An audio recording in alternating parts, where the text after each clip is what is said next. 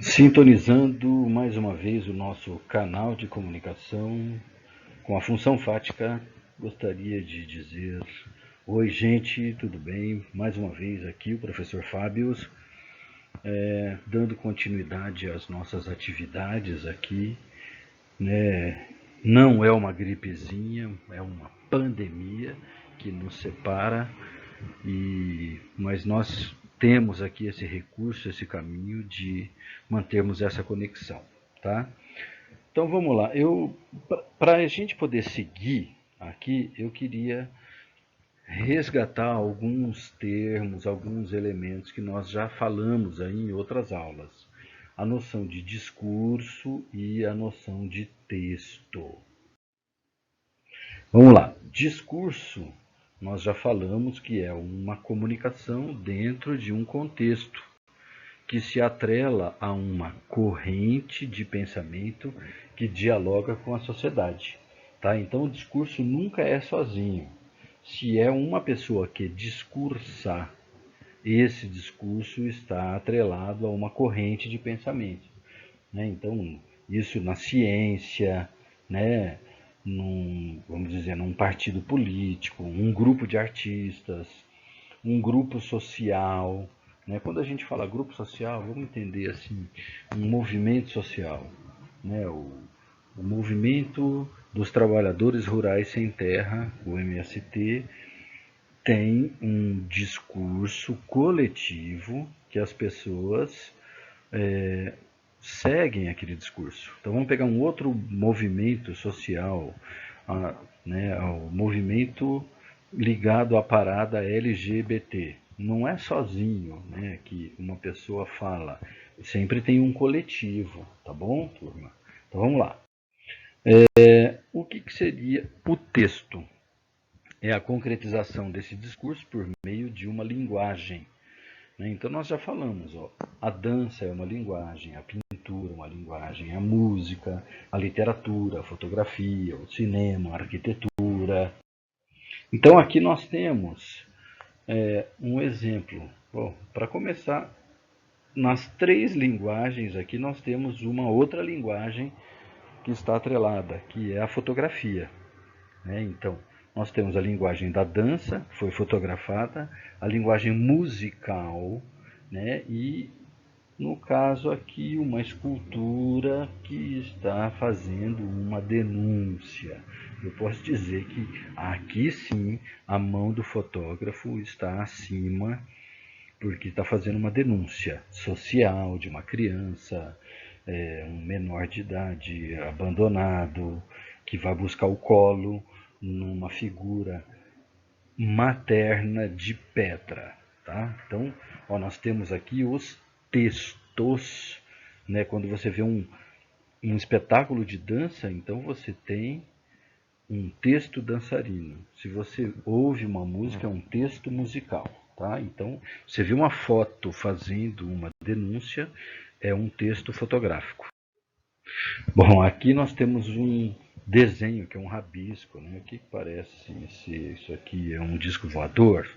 Vamos ver a evolução desse desenho. Olha, agora parece uma foto tirada de cima, mas ainda está com cara de planta, de alguma coisa, né? Será que isso é um panorama, vamos dizer assim, do alto da cidade de Brasília? Isso mesmo. Né? A cidade de Brasília, eu posso dizer que é um texto arquitetônico que, nesse caso, tem muita gente que fala que Brasília foi arquitetada pelo Oscar Niemeyer. Não, o Oscar Niemeyer fez prédios importantes da cidade de Brasília. Né? Mas aqui, esse desenho em forma de avião foi projetado pelo Lúcio Costa, que é um arquiteto, tá bom, pessoal? Então eu posso dizer que aqui eu tenho um texto arquitetônico. Vamos chegar de perto desse texto. Olha que interessante agora. Então você vê nitidamente que é uma comunicação arquitetônica com a comunidade em que ela se insere, tá bom? Então a arquitetura também cria textos arquitetônicos. Vamos lá, eu tenho agora um texto pictórico. Já mostrei isso em aula, ou já falei desse texto. Eu posso falar que aqui eu tenho uma família. Esse texto foi criado pelo Cândido Portinari. Esse texto pictórico faz uma denúncia, porque apesar de você ter a união de um grupo familiar, né? Você tem a figura do pai, da mãe ali. A mãe está com uma criança no colo, está com, vamos dizer, uma trouxa de coisas na cabeça. Pode reparar que a mãe está grávida. Tem uma figura que mais jovem que essa mãe. Pode ser a filha mais velha, como pode ser a irmã mais nova, carregando também uma criança. Tem um idoso. Mas o cenário ao fundo que é, vamos dizer assim, bem preocupante. Por quê? Ali você tem a presença da morte, né? Você não tem um verde, você tem ossadas de animais, você parece que você vê assim ao fundo urubus voando. E lembrando que o urubu é uma ave que come carniça, né? Que seria carne de seres vivos mortos, apodrecendo e tal, né? Então parece que a morte está circulando essa família, está em volta dessa família, né? Por que nós falamos que esse quadro é uma denúncia? Né? Várias crianças, mas você vê que as crianças estão doentes, só tem criança que está nua, né? Porque não tem roupa para vestir, tem aquela barriguinha salientada de vermes, né? Então, pé no chão. Então você vê que é uma denúncia de uma família que vive num país cheio de riquezas, mas essa riqueza não chega às mãos dessas pessoas, tá bom? Então eu posso falar que o Cândido Portinari ele faz uma denúncia da má distribuição de renda do país em que ele viveu, em que ele nasceu? Sim, podemos dizer isso. Então por que eu falo que esse quadro ele está atrelado a um discurso? O discurso está dentro de uma corrente de pensamento. É só nos olharmos esse outro texto, que não é pictórico, agora é um texto escrito, literário, né, produzido pelo Graciliano Ramos, um trechinho de Vidas Secas, em que ele fala aqui. Na planície avermelhada, os juazeiros alargavam duas manchas verdes. Os infelizes tinham caminhado o dia inteiro, estavam cansados e famintos. Ordinariamente andavam pouco, mas como haviam repousado bastante na areia do rio seco, a viagem progredira bem 3 léguas. Fazia horas que procuravam uma sombra. A folhagem dos juazeiros apareceu longe através dos galhos pelados da caatinga rala. Arrastaram-se para lá, devagar. Sinhá Vitória, com o filho mais novo escanchado no quarto e o baú de folha na cabeça. Percebe aí, só uma pausa na minha leitura. A Sinhá Vitória está igual à figura do Cândido Portinari. Lembrou? Né? Está com um baú de folha na cabeça. Lá no Cândido Portinari era uma trouxa, mas tinha uma criança escanchada no quarto, quer dizer, estava no colo, assim, pegando assim a parte da perna da Sinhá Vitória, né? E o Fabiano, sombrio, cambaio, né, cambaleante, o aió a tiracolo, a cuia pendurada numa correia presa ao cinturão, a espingarda da pederneira no ombro, e o menino mais velho, a cachorra-baleia, iam atrás. Percebe aqui que você tem um texto escrito que está atrelado ao texto pictórico num mesmo discurso de denúncia da má distribuição de renda de uma família miserável no sertão nordestino. Bom, então, indo agora para um passinho para frente, nós temos a intertextualidade. Nós sempre falamos disso, né? Diálogo entre autores por meio de diferentes textos construídos na mesma linguagem ou não. Tá? Isso é interessante. Nesse caso aqui nós temos dois textos pictóricos dialogando. A Mona Lisa, do Leonardo da Vinci, produzida em 1503, e a Mônica Lisa, do Maurício de Souza, em 1989. Na verdade, o que você tem aqui? Né? Ó, um cenário parecido ali, está vendo? No fundo, aquela curva, estrada ali e tal. E a Mônica, que é a figura inconfundível aqui do nosso Maurício de Souza, está ocupando a posição, né, central do quadro, igual a Mona Lisa. Por que será que o Maurício de Souza fez isso? Ele está interagindo com o Leonardo da Vinci, tá bom? Vamos lá então. Qual que é a finalidade da relação intertextual ou da intertextualidade? Você tem aqui, ó, ou a necessidade de reafirmar um discurso ou desdizer o discurso. Como que é isso? Eu posso fazer uma homenagem, eu posso dizer de novo em outras palavras aquilo que um outro autor fez, ou eu posso tentar desmenti-lo, criticá-lo, mencionando no meu texto, certo? Bom, como que ela acontece? Então, ou ela é explícita ou ela é implícita. Então, a intertextualidade explícita, ela acontece num texto jornalístico, no jornalismo ou no texto científico. Para isso, a pessoa que está citando a outra, ela vai falar quem é a outra pessoa, onde foi que ela produziu aquele discurso que está sendo resgatado. E na maneira implícita, é essa que o Maurício de Souza fez. Né? Quer dizer, ele não fala com vocês um diálogo com Leonardo da Vinci. Ele não faz isso. Ele simplesmente menciona algumas coisas, ele pressupõe que o autor citado seja conhecido e aí ele faz o diálogo.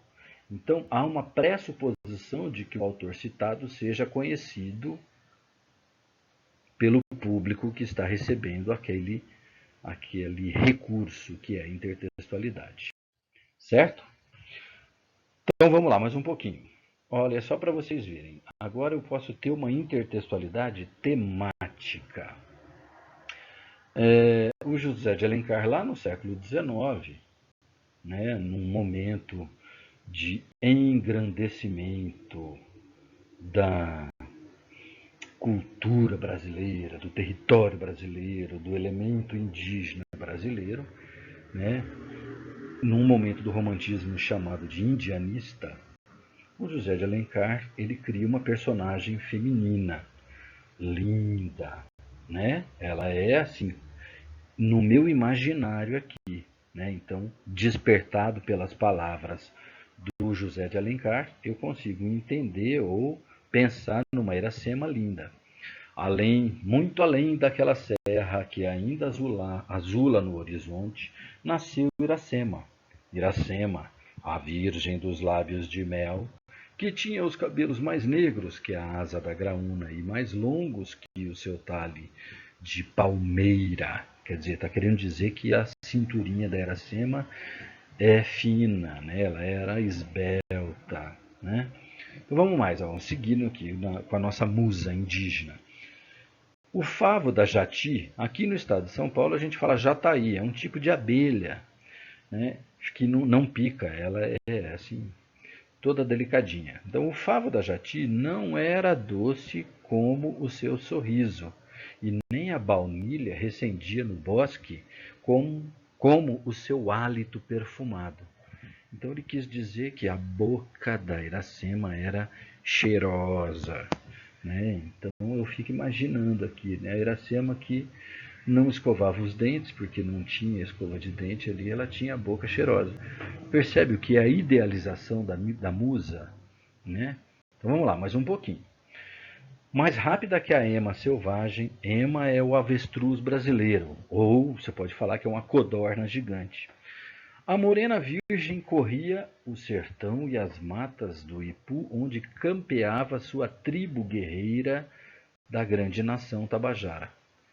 O pé grácil e nu, quer dizer, ela andava descalça, mal roçando, alisava apenas a verde pelúcia que vestia a terra com as primeiras águas.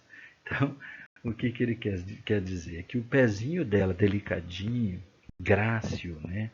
E ela não tinha um chinelo, nada, ela só andava descalça, porque ela era uma indígena, eles não conheciam naquele momento nem um chinelo havaiana. Então, o pezinho dela, vamos dizer, ele fala que alisava a grama verde, né? A verde pelúcia que vestia a terra. Deu para entender aqui? A Iracema, uma musa criada, concebida pelo José de Alencar nas palavras aqui. Agora eu vou seguir, ó. A Moema, que é uma índia pintada, né, pelo Vitor Meirelles. Então o que você tem? Essa moça bonita também, ela morreu afogada, porque ela foi correr, foi nadar atrás do marido dela que estava indo para Portugal, que era o Caramuru, né? Então ela ficou para trás a hora que o navio partiu, e ela ainda sabendo que ele estava levando a outra esposa dele, né? Ele, na concepção dela aqui, ele tinha as duas esposas, tá? E ela tenta nadar, não consegue, morre afogada, né? Na história é assim. E aí o Vitor Meirelles, ele, vamos dizer assim, ele cria essa musa indígena, linda, pintada na beira do mar, né? Ali na praia, assim, né? Então ela morreu afogada.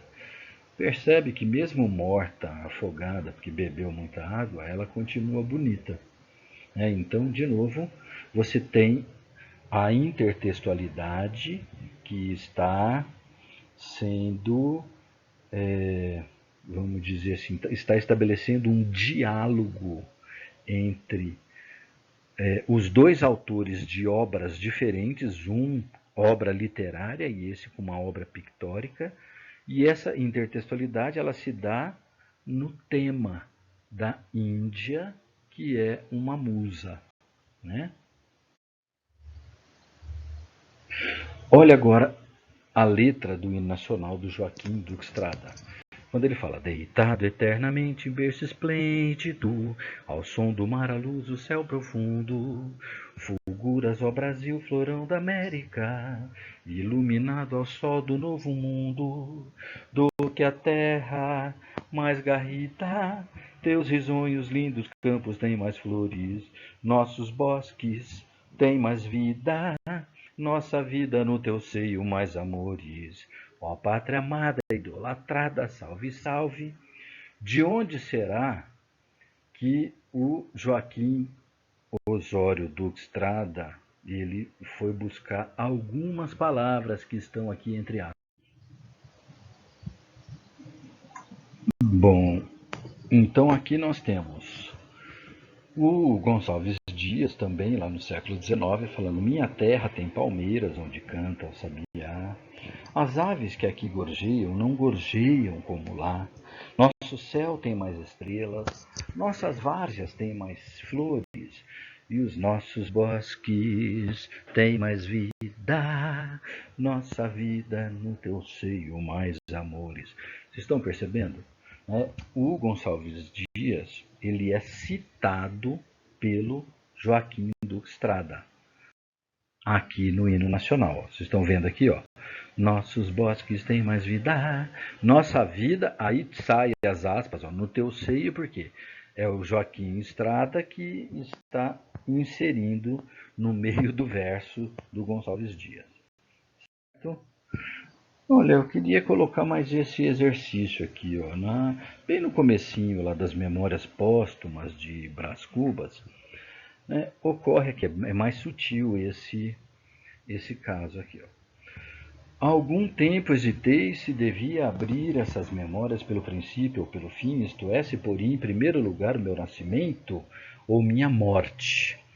Suposto o uso vulgar seja começar pelo nascimento, quer dizer, vamos supor que seja uma coisa muito comum começar uma biografia pelo nascimento, então eu vou começar pela morte, tá? Então ele fala, duas considerações me levaram a adotar diferente método. A primeira é que eu não sou propriamente um autor defunto, mas um defunto autor, quer dizer, ele passou a escrever o livro depois que ele morreu. Para quem a campa foi outro berço. Campa é o túmulo, né? E a segunda é que o escrito ficaria assim mais galante, mais novo, né? Ele quis dizer que ficaria mais estiloso, mais chique, né? Aí ele fala assim, agora tem um detalhe, viu, pessoal? O Moisés, que também contou a sua morte, não a pôs no introito, mas no cabo. Quer dizer, o Moisés, lá no comecinho da Bíblia, ou seja, no final do Pentateuco, ele foi falar da sua morte, mas ele pôs no fim do livro, né? Lembrando que lá não é a Bíblia, seria o Pentateuco. O Pentateuco seria os 5 primeiros livros da Bíblia, certo? Então ele fala assim, se o Moisés já colocou a morte no final, que é no cabo, eu vou colocar a morte no começo da minha história. Olha o Machado de Assis, ele, de um certo modo, ele está discordando do modo como o Moisés fez a narrativa da morte, tá? Quer dizer, ele está inserindo aí um jeito novo. Na verdade, isso até hoje é uma grande novidade, né? Começar uma história pela morte, tá? Então é isso aí. Eu gostaria de que vocês, se precisarem, podem acessar aí os meios para entrar em contato com a gente, né? Mas aproveitem, podem rever, né, esse conteúdo e lembrando então, intertextualidade é o diálogo entre autores. Esse diálogo ele pode acontecer de forma implícita ou explícita e ele acontece para reafirmar ou desdizer um discurso, tá bom? Um abração para todo mundo, um beijão, se cuidem. Nesse momento, todo mundo ficar em casa e sem contato, tá, pessoal? Um abração. Tchau do professor Fábio.